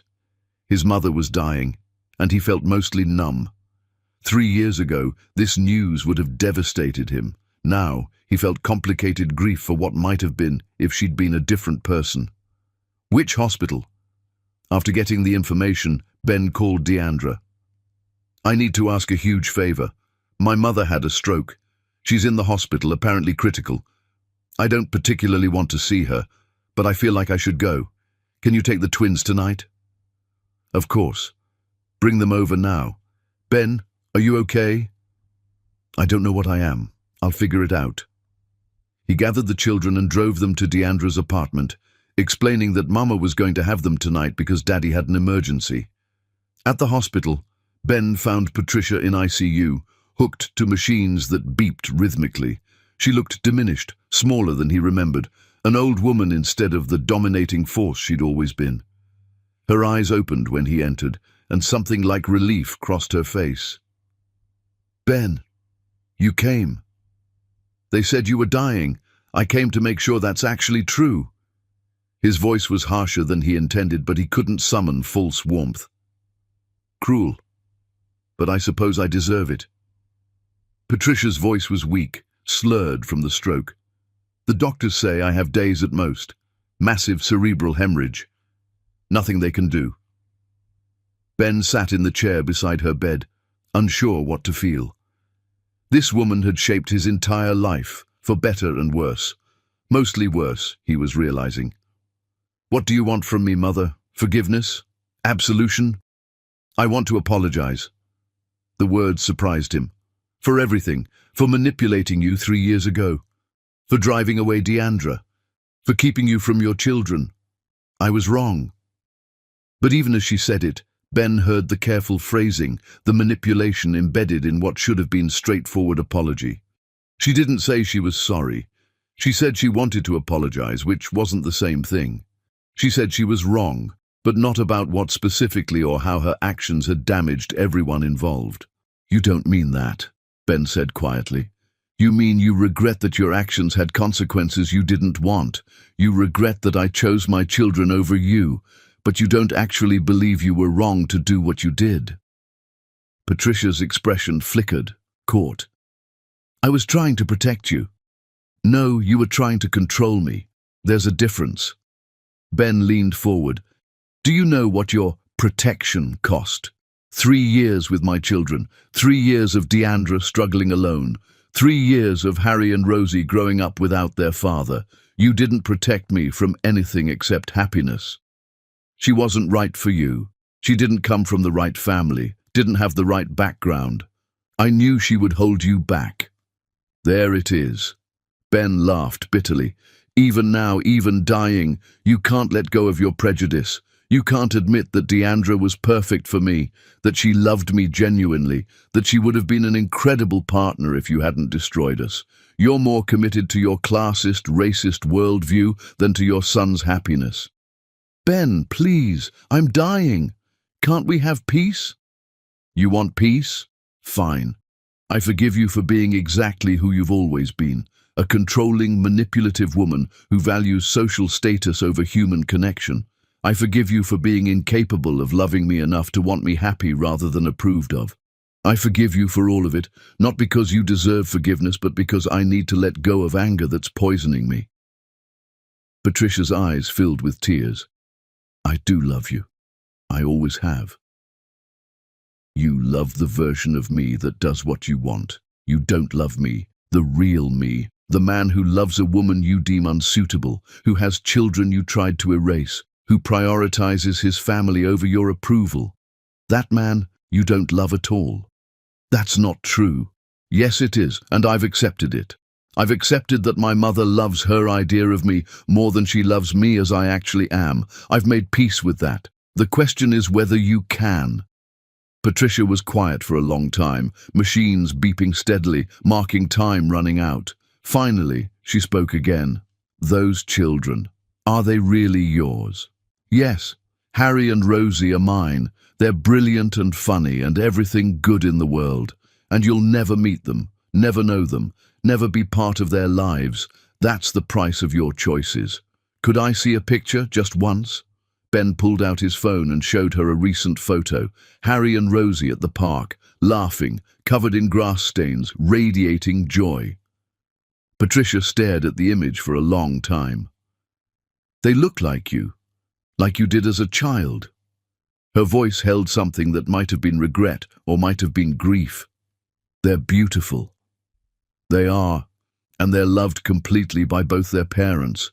We're building a family together, Deandra and I, for their sake. It's not the family you would have chosen for me, but it's the one that matters." Ben stood to leave. Patricia's hand shot out, surprisingly strong for someone dying, catching his wrist. "Ben, wait. I need to tell you something. About Deandra contacting me after she left." Ben's heart stopped. "What?" "She tried to reach you through me. She sent messages, emails, tried calling. She said she needed to tell you something important about your future. I intercepted everything.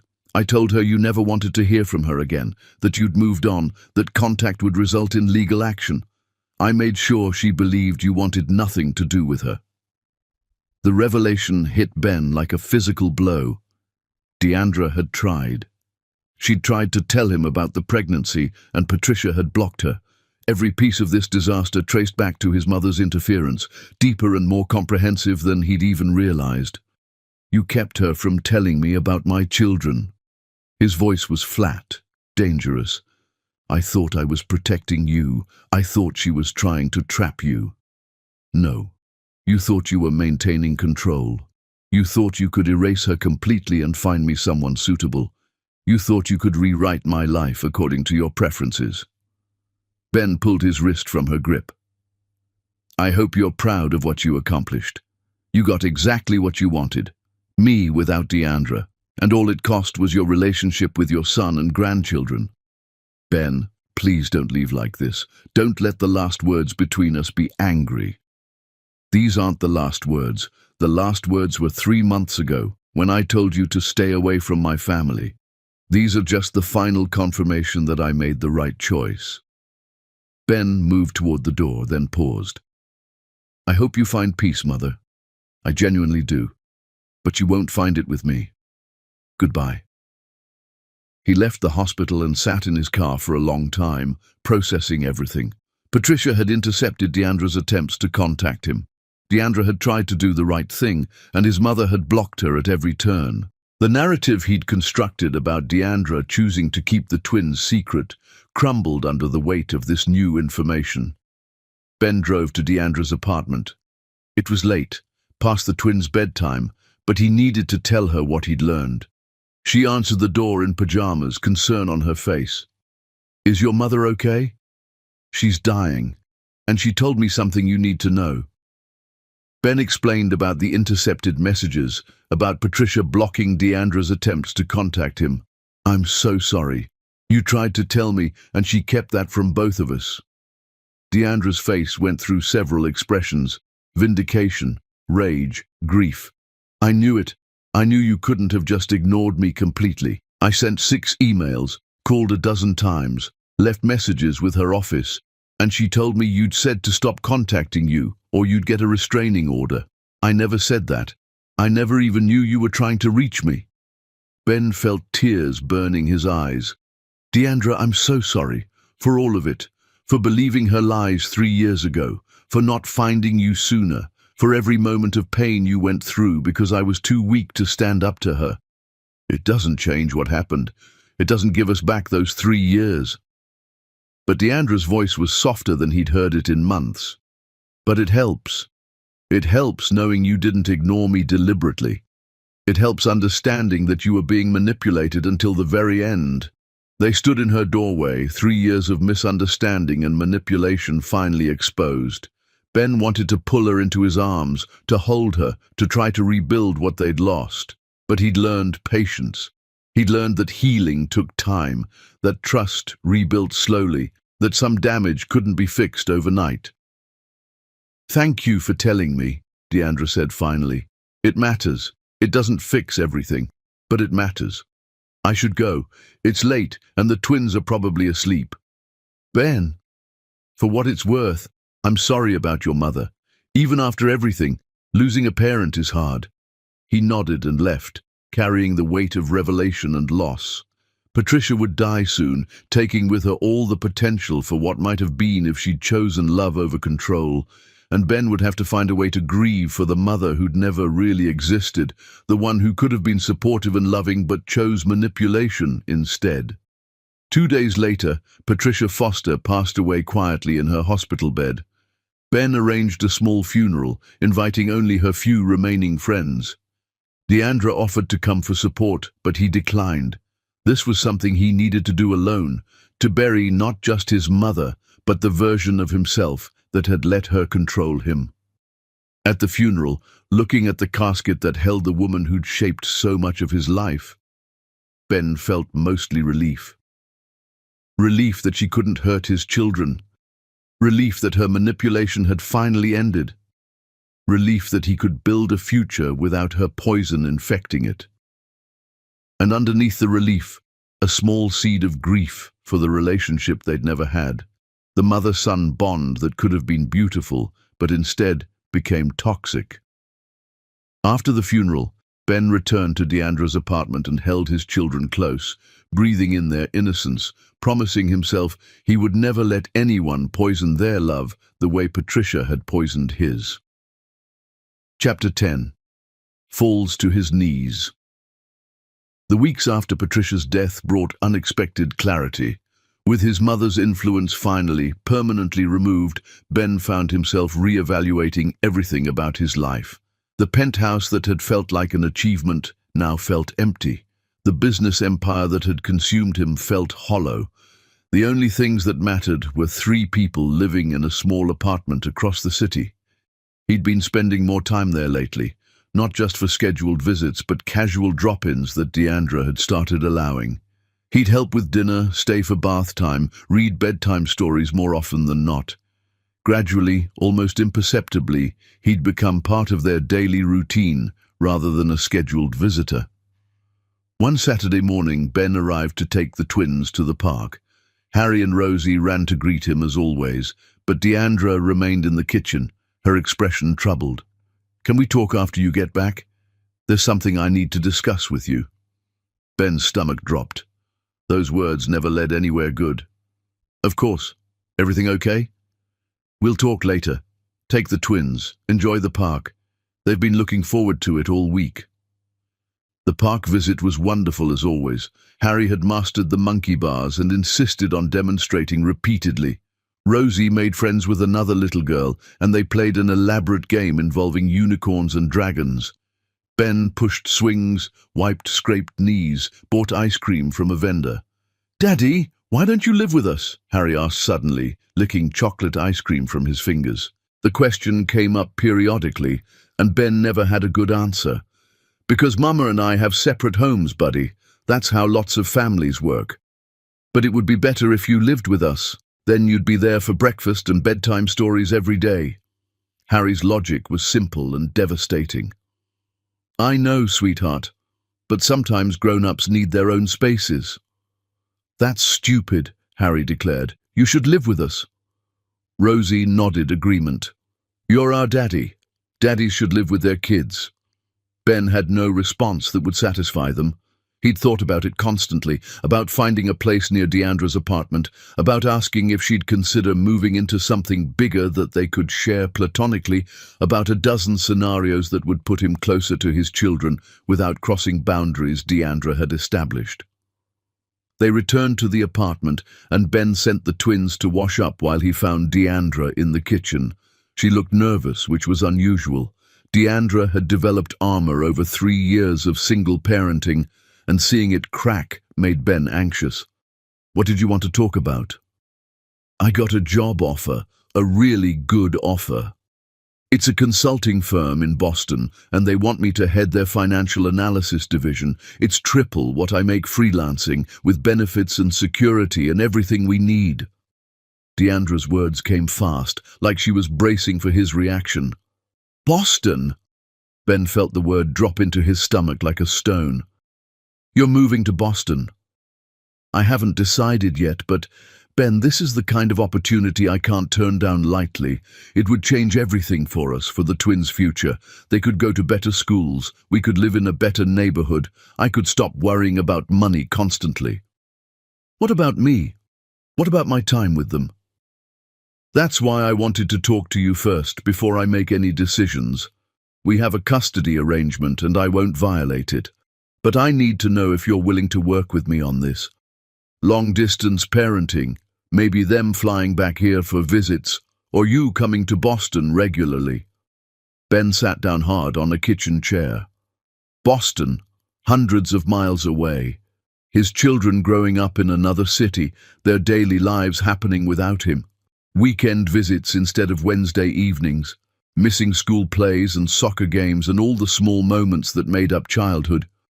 "I can't do long-distance parenting. I can't see them every other month and pretend that's enough."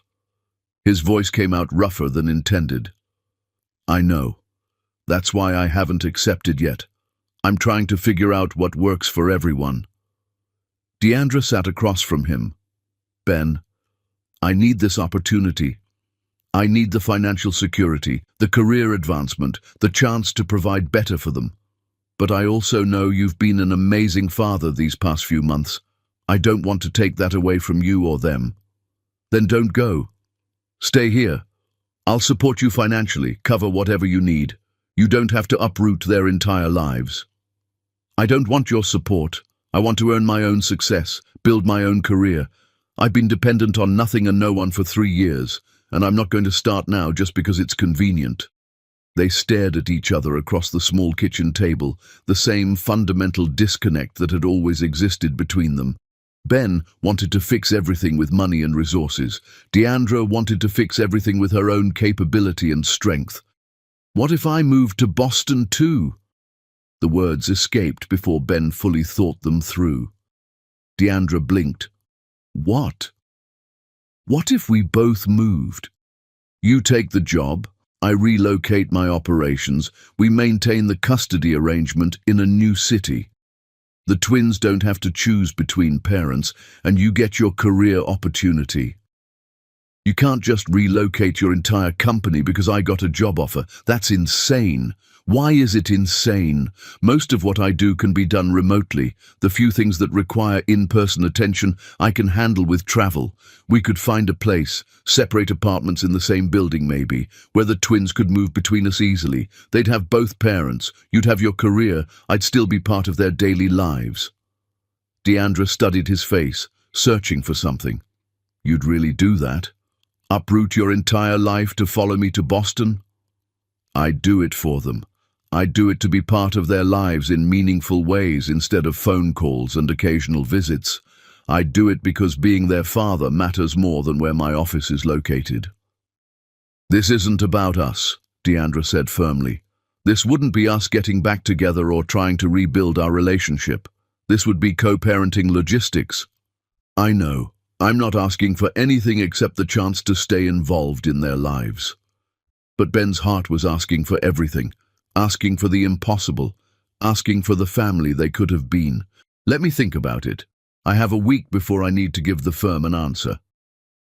Deandra stood, signaling the conversation was over. Don't say anything to the twins yet. I don't want them getting excited or worried before we know what's happening. Ben agreed and left, his mind spinning with possibilities. Boston, a new city, a fresh start, the chance to be part of his children's daily lives instead of just scheduled visits. The opportunity to prove he was all in, committed beyond convenience, willing to sacrifice anything for them. Over the next week, Ben researched Boston obsessively. He found office space he could lease. He looked at apartments near Deandra's potential new job. He mapped out schools and parks and everything the twins would need. He built an entire life in his imagination, a life centered around being present for Harry and Rosie. On the 7th day, Deandra called and asked him to come over after the twins were asleep. When he arrived, she looked exhausted but determined. I'm taking the job, and if you're serious about relocating, we'll figure out how to make that work. But Ben, I need you to understand something. This isn't about us. This is about being good parents. You're doing this for Harry and Rosie, not to win me back. I know. But I need you to understand I'm doing this for them, not as some strategy to win you back. Ben met her eyes directly. Whatever happens between us is separate from being their father. Deandra nodded slowly. Okay, then let's do this. Let's move to Boston and figure out how to make co-parenting work in a new city. The move happened quickly. Within 6 weeks, Deandra had relocated for her new position. Ben followed 2 weeks later, having arranged temporary office space and found an apartment 3 blocks from hers. The twins adjusted surprisingly well, excited about their new neighborhood, their new preschool, the adventure of a different city. Ben established a routine of picking them up from preschool twice a week and having them overnight on weekends. He learned the new parks, the best ice cream shops, the library with the good children's section. He became a fixture in their Boston life, just as he'd been in Chicago. 4 months into their new arrangement, on a crisp autumn morning, Ben took the twins to a park near Deandra's apartment. Harry had been begging to show him something special, refusing to explain what it was. When they arrived, Ben understood. Harry had learned to ride a bike, and he'd been practicing with Deandra in secret. "Watch, Daddy!" Harry took off on his small bike, pedaling furiously, Rosie cheering from the sidelines. Ben watched his son ride in circles, pride swelling so intensely it hurt. This was what he'd been missing for 3 years, these moments of pure childhood triumph. He'd almost missed this too, almost let distance separate him from these experiences. "Did you see? Did you see?" Harry skidded to a stop, breathless and grinning. "I saw. That was incredible, buddy." Ben scooped him up, bike and all, spinning him around. Rosie tugged his sleeve. "Daddy, I have something to show you too." She led him to a park bench where she'd hidden a drawing. It showed 4 stick figures in front of a house, all of them holding hands. Above it, in her careful 3-year-old letters, "Our family." Ben's throat closed. He knelt down to her level. "This is beautiful, sweetheart. Who are these people?" "That's you and Mama and me and Harry. We're a family." She said it with such certainty, such simple faith. "We are a family," Ben confirmed. "A very special family. But we don't all live together. Why not?" Rosie's question was innocent, but it cut straight to the heart of everything complicated between him and Deandra. "Because sometimes families live in different houses. That's okay. It doesn't make us less of a family." "But I want us all together," Rosie said, her eyes filling with tears. "I want you to live with us, like Miss Emma's daddy lives with her." Ben pulled her close, feeling her small body shake with tears she didn't fully understand. Harry abandoned his bike and joined them, wrapping his arms around both of them. And in that moment, kneeling on the grass with his children clinging to him, Ben understood what he needed to do. He needed to stop being afraid, stop protecting himself from potential rejection, stop accepting half measures when his children deserved everything. That evening, after returning the twins to Deandra, Ben asked if they could talk. They sat in her small living room while the children played in their bedroom. "The twins asked again why we don't all live together," Ben started. "They ask me that constantly. I tell them the same thing you probably do, that families come in different forms." Deandra's expression was guarded. What if we stopped giving them that answer? What if we actually became the family they're asking for? Deandra stared at him. "Ben, what are you saying?" "I'm saying I love you. I never stopped loving you. I know I destroyed us 3 years ago. I know I don't deserve a second chance. But I'm asking for one anyway, not because I've earned it, but because I can't keep pretending I don't want us to be a real family. This is about the kids asking questions. You're feeling guilty because they want something we can't give them. No. This is about me finally being brave enough to tell you the truth. I love you, Deandra. I love who you are now, who you've always been, who you've become through everything you've survived. I love your strength and your fierceness and the way you protect our children. I love how you've given me chances I don't deserve and held me accountable when I've failed. I love everything about you, and I can't keep pretending I don't." Deandra's eyes filled with tears. "You hurt me so badly. You destroyed me, Ben. I don't know if I can trust you with my heart again. I know what I did was unforgivable, but I'm asking you to forgive me anyway. I'm asking you to give me the chance to spend the rest of my life proving I've changed, proving I choose you, proving I'll fight for us instead of running when things get hard. What if you hurt me again? What if your words are pretty now, but you revert to the man who believed lies over truth? Then you leave, and I live with the consequences. But Deandra, I've spent 4 months proving I'm different. I moved to a new city for our children. I've shown up consistently. I've put you and them first in every decision. At some point, you have to decide whether I've proven myself enough to risk trusting me." Deandra was quiet for a long time, tears streaming silently down her face. Ben waited, heart pounding, knowing everything hinged on this moment. "I don't forgive you," she said finally. "Not completely, not yet. What you did 3 years ago still hurts. But I can see you've changed. I can see you're trying. And maybe that's enough to start with." Start what? Start trying. Start seeing if we can be more than co-parents. Start building something new that honors what we lost while creating something better. Deandra wiped her eyes. "But Ben, if you hurt me again, if you prove this is just guilt or obligation, we're done. Not just romantically. You'll be the father who sees his kids according to a court schedule and nothing more. Understood?" "Understood. I won't hurt you again. I swear on our children's lives, I won't hurt you again." Deandra stood and walked to where Ben sat. She looked down at him for a long moment, then held out her hand. Ben took it, stood, and pulled her gently into his arms. She resisted briefly, then melted against him, and for the first time in 3 years, they held each other without anger or fear between them. "This is terrifying," she whispered against his chest. "I know, but we'll figure it out together." They stood like that for a long time, two people who'd destroyed and rebuilt each other, learning to trust again, learning to hope again. From the bedroom, they heard Rosie call out, "Mama, Daddy, can you both come tuck us in?" Ben and Deandra pulled apart, looked at each other and smiled.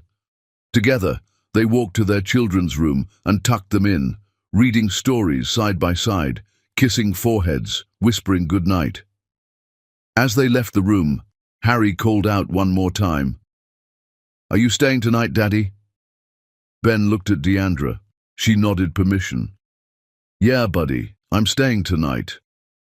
And in the morning, when Harry and Rosie woke to find both parents making breakfast together, when they saw their family finally assembled the way they'd been drawing it for months, the joy on their faces made every moment of pain worthwhile.